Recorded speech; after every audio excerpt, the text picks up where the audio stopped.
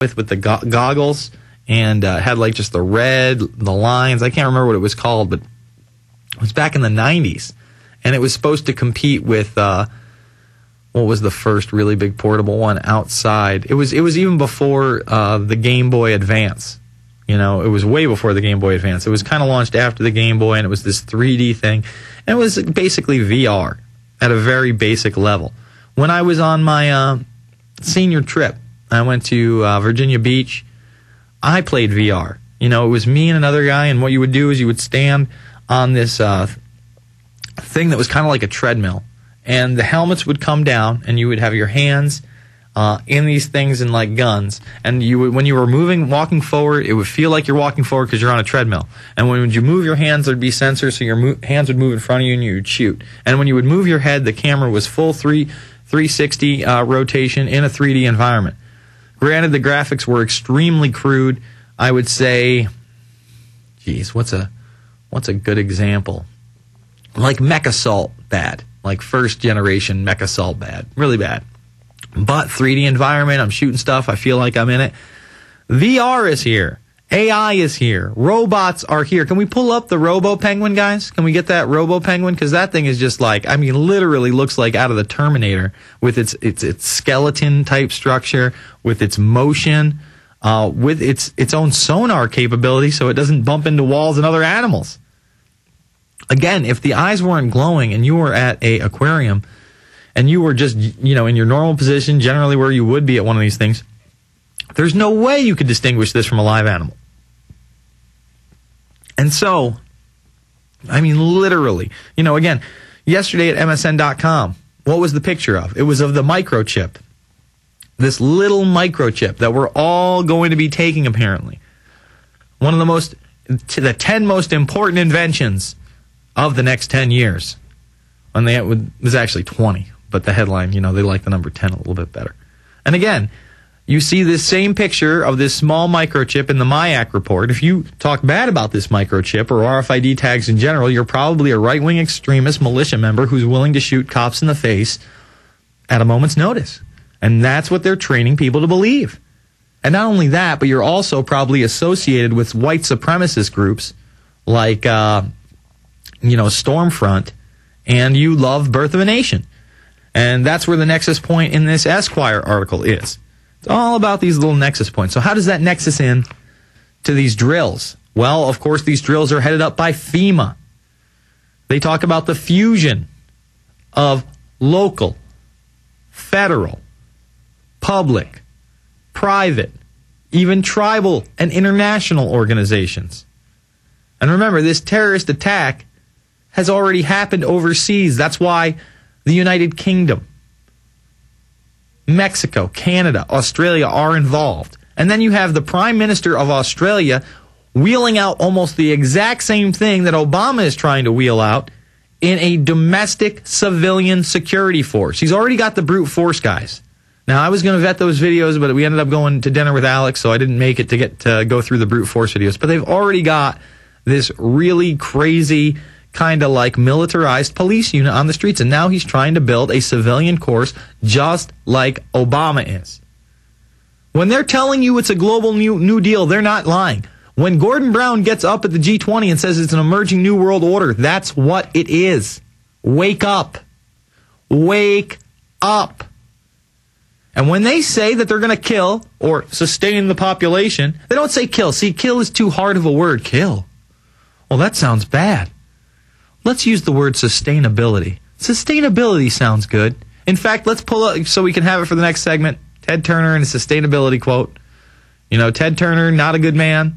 Definitely. Oh, Bad News Brown. You got it for me? Can we just hit play? We got 5 minutes, or you got to cue it up. Hit it. Credit crisis we're in now. You know, I think it's a mess. And why is it a mess? Well, because I think what happened is people were borrowing too much money on their houses. Clearly they're doing that. I don't. My house he's going to find the actual spot right there. We have to mobilize. This is how bring it back. Bring it back. Bring it back. And about what's possible. Tell me what's it's possible to do. That in 15 or 20 years we can completely redo it. If we have to mobilize. This is how important it is, and how important that we do it quickly. We have to mobilize the same way we did when we entered World War II in 1941. We have to fully mobilize everything we have and put it into changing the energy system over. And not just here in the United States, but all over the world. It's going to be the biggest business project in the history of the world. Fortunes, billions of dollars are going to be made. Hundreds of thousands of people are going to be employed. We're going to have clean air. We're going to have so many benefits from it. It's not going to cost us anything. Once we get going with it, it's not going to cost us anything. Only the people that don't understand it think it's going to. Not doing it will be catastrophic. We'll have 8 degrees. We'll be 8 degrees hotter in 30 or 40 years, and basically none of the crops will grow. Most of the people will have died, and the rest of us will be cannibals. Civilization will have broken down. The few people who are left will be living in a failed state like Somalia or Sudan. And living conditions will be intolerable. The droughts will be so bad there'll be no more corn growing. Not doing it is suicide. Just like dropping bombs on each other, nuclear weapons is suicide. So we've got to stop doing the 2 suicidal things, which are hanging on to our nuclear weapons and global. And then after that, we've got to stabilize the population. When I was born, there were so what's wrong with the population? I mean, with too many people. That's why we have global warming. We have global warming because too many people are using too much stuff. You can stop it right there. Okay, so there's too many people on the earth, and that's why you have people like this lobbyist over in Australia. Remember, we're having civilian security forces there. We're lockstep with this global New Deal. We're going to take part in this NLE09 exercise, and we're thinking, you know what? Population sustainability over in Australia. Let's take the population from the 22 million to 7 million. Yeah, that sounds about right. Let's wipe out 2/3 of the people in Australia. Yeah, that'll work. And then maybe Ted Turner will stop complaining about global warming. There's too many people using too much stuff. You'll be in a failed state like Somalia as a cannibal after y'all die. It's like nuclear war. Talk about fear-mongering. Talk about Johnny Nonsense. That's what that statement is all about. Johnny Nonsense, fear, and control.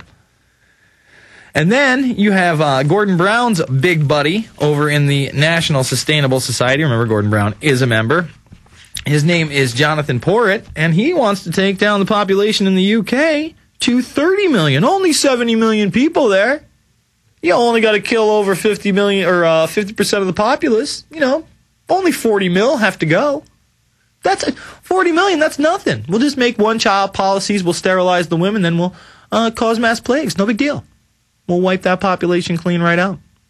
I mean, give me a break. How can people not see through this? And all over the news, it's Obama pushes renewable energy climate change laws. I know. I've been talking about it. Congress has set greenhouse gas limits deemed crucial for the success of global talks on climate change. It's all about globalism. Global talks on climate change. And then here it is right here. Obama climate chief. U.S. law vital to the global deal. Remember, his climate chief or climate czar is another member of the World Sustainable Society with our buddy Gordon Brown. And she wants global governance. She pushes for it. But Obama doesn't see a problem with that because he's a tool of the globalists. UN calls at climate talks for G8 to do more. Again, more about globalism. And folks, you want to pay a carbon tax? You want to not be able to burn firewood? You don't want AC in your car? This is what they're talking about with this new green movement. It's the Infowarrior with Jason Bermas. We'll be back after this. PrisonPlanet.tv, Infowars.com. In the New World Order's war against humanity, Barack Obama is the tip of the spear. We've got to have a civilian national security force that's just as powerful, just as strong, just as well-funded. The Obama deception completely destroys the myth that Obama is working for the best interest of the American people. Well, Obama's already fudging. He's fudged since day one in this election. If you have a demagogue with a fanatical mass movement of personality cultists who is imposing the program of a group of extreme bankers and finance oligarchs, that's fascism. It's not about left or right. It's about a one-world government. This film documents who Obama works for, the lies he has told, and his real agenda. Get your copy of The Obama Deception today at Infowars.com or download it in super high quality at PrisonPlanet.tv. The Obama Deception. The people strike back. Red alert, folks. Red alert. This is not a drill. Ron Paul's bill to audit the Federal Reserve Bank is now before the House Financial Service Committee and has garnered 55 co-sponsors. The fate of this groundbreaking legislation could be determined at any time. All who understand that the Fed and its system of debt-based fiat money is the cause of the recent crisis and at the core of all of our nation's problems must take immediate action. On Saturday, April 25th, be at the nearest Federal Reserve Bank or office for the second nationwide End the Fed rally. Support H.R. 1207 with your sign, with your voice, with your presence, and help educate others and let the world know that there is a grassroots movement for sound money in America.